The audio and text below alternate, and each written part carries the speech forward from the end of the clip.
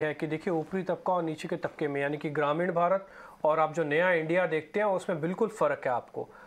ये आपका अगर एनालिसिस है भी, तो मैं इस हिसाब से सिर्फ एक ही मजबूत सेगमेंट देख रहा हूँ कि अगर मॉडर्न इंडिया के अंदर अगर हम पैसा लगाना चाहें तो फिर मैं मॉडर्न इंडिया में कहाँ पे पैसा लगाऊं। जैसे अभी आपने रियल एस्टेट का एग्जांपल दिया कि बॉम्बे दिल्ली में तो बहुत अच्छे फ्लैट बिकते, लेकिन गांव में तो कोई फ्लैट बनाता ही नहीं ना।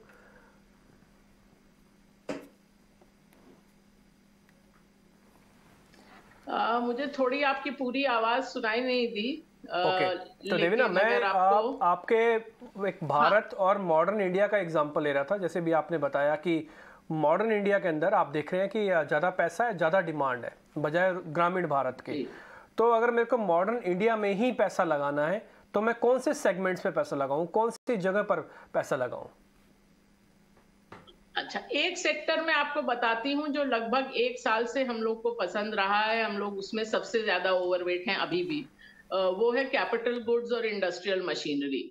तो वो पिछले अक्टूबर से हम लोगों ने उसमें निवेश करना शुरू किया, तो अब लगभग 1 साल हुआ है। बहुत अच्छा परफॉर्मेंस रहा है उस सेक्टर का, पूरे सेक्टर का भी। और उसमें कई जो स्टॉक्स हैं वो 30% से 300% तक ऊपर गए हैं। तो उसका वो सेक्टर लगभग 12 साल 2009 के बाद एकदम ही खराब कर रहा था। आप देखें तो वो पूरे दशक में कंपाउंडिंग खाली 2-2.5%, जबकि निफ्टी की कंपाउंडिंग 9% थी। तो वो उसमें फंडामेंटली चेंज हुआ बिकॉज गवर्नमेंट का भी कैपेक्स आया।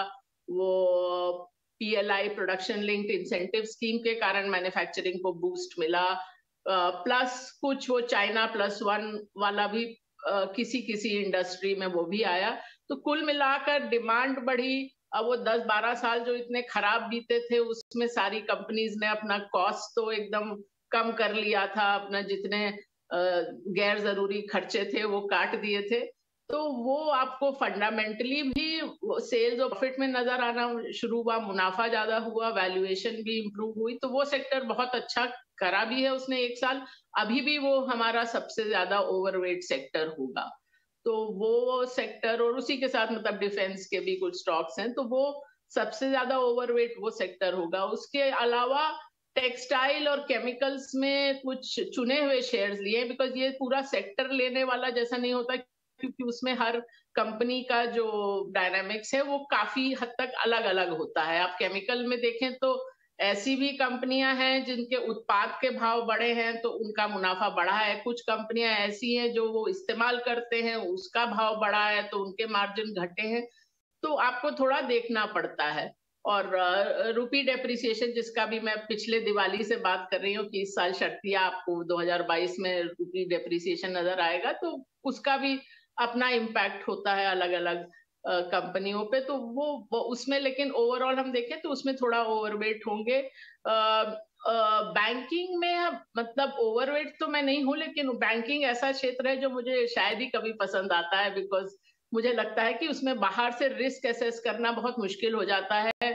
नेगेटिव सरप्राइज कहाँ आएगी वो मालूम नहीं रहता। लेकिन आप पूरे साइकिल के हिसाब से देखें तो अब ऐसा समय है जब एनपीए का जो समस्या थी वो काफी हद तक निकल गई है। जब इंटरेस्ट रेट बढ़ते हैं तो वो नेट इंटरेस्ट मार्जिन पे उसका अच्छा इम्पैक्ट होता है शुरू में एटलीस्ट, क्योंकि आपका जो लोन होता है उसका आप ब्याज दर बढ़ा देते हैं, डिपॉजिट का ब्याज दर थोड़े दिन बाद बढ़ता है।